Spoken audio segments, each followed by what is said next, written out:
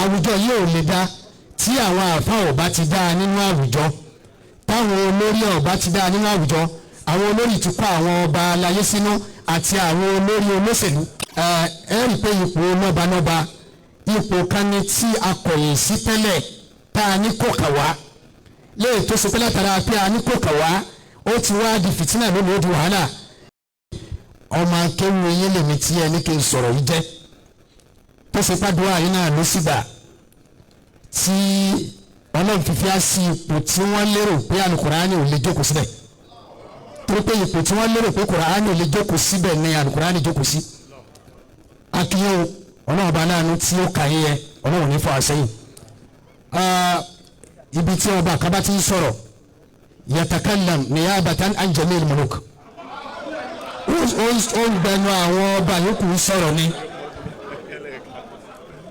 bí mo ṣe ń sọ̀rọ̀ ìta ní kí n sọ̀rọ̀ mo ń gbẹnu àwọn ọba ilẹ̀ Yorùbá, kódà tí ẹ máa wọn tí ẹ ṣe mùsùlùmí nínú wọn, torí pé tọ́pìkì tí Rabita ń ṣe àpérò lórí ẹ̀ ètò ni wọ́n ń ṣe pẹ̀lú mùsùlùmí àtẹni tí ẹ ṣe mùsùlùmí ni. ní àkọ́kọ́ ayé Al-Qur'ani kan ni wọ́n kàn mú wá lẹ́yìn tí ń fi mú àwọn kókó díẹ̀ wá nínú àwọn nǹkan tí tọ́pìkì dálé lórí. èyí tó yẹ kó tọ́lọ́mù bá ti fún yàn ọ̀rọ̀ ti bùṣe Suratu Tawbah verse 71.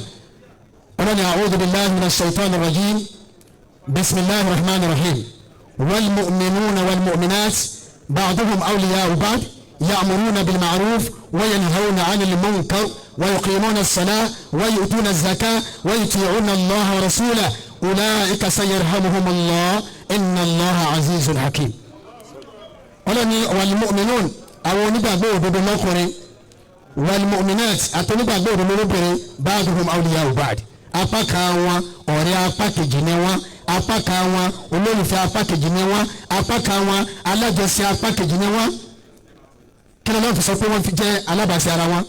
ya'muruna bil ma'ruf, wọ́n máa pàṣẹ dáadáa, wa yanhauna 'anil munkar, wọ́n máa kọ̀ ìwà àbàjẹ́, wa yuqimuna as-salah, wọ́n máa kírun, wa yu'tuna az-zakah, wọ́n máa yọ zaka, wa yuti'una Allaha wa rasulahu, wọ́n sì máa tẹ̀lé tọ́lọ̀ sọ àti tí ànábì rẹ̀ sọ.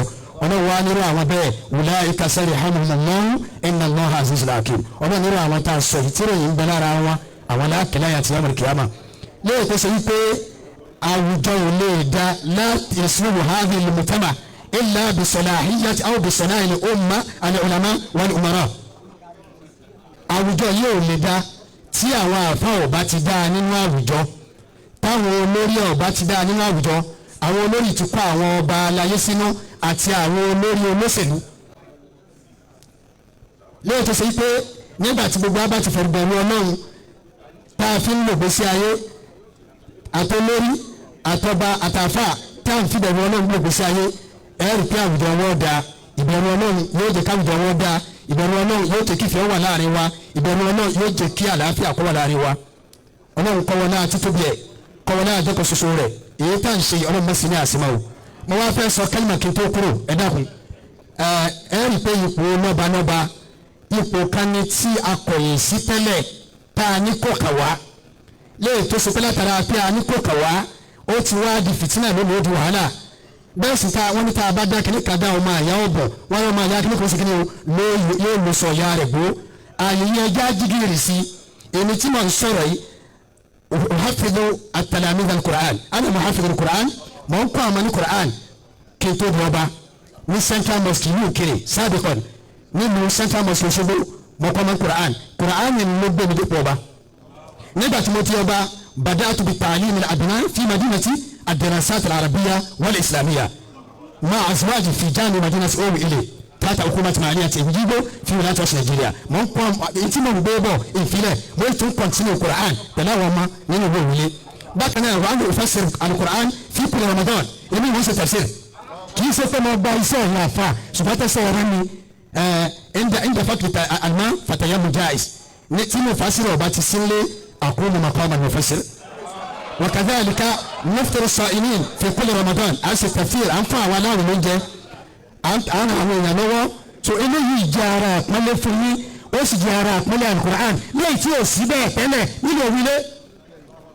ọlọ́ọ̀bá náà kọ́ bá àṣàlékún gbígbàdúrà yẹn o inú mi dùn púpọ̀ láti wà níbí tí mo sì ń fi orúkọ àwọn ọba ilẹ̀ Yorùbá gbẹnu sọ pé ẹ kú iṣẹ́ takuntakun ẹ kú kólódà ẹ kú ọ̀rọ̀ ẹ̀sìn ẹ kú ọ̀rọ̀ kálàáfíà olùjọba lágbára lọ́wọ́ náà gbogbo ntẹ tìtúrí ẹgbẹtọ ìkàlẹ̀ Ọlọ́run jòkó níbẹ̀ fún wa o subhanaka allahumma abi amdik ashhadu an la ilaha illa anta astaghfiruka wa atubu ilaik assalamu alaikum wa rahmatullah.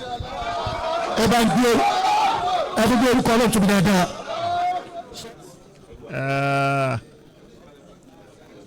àfààní bàbá ní àfààní àfàtàrà àfàtàrà ni ọba tí wọ́n bá wa sọ̀rọ̀ nísìnyí.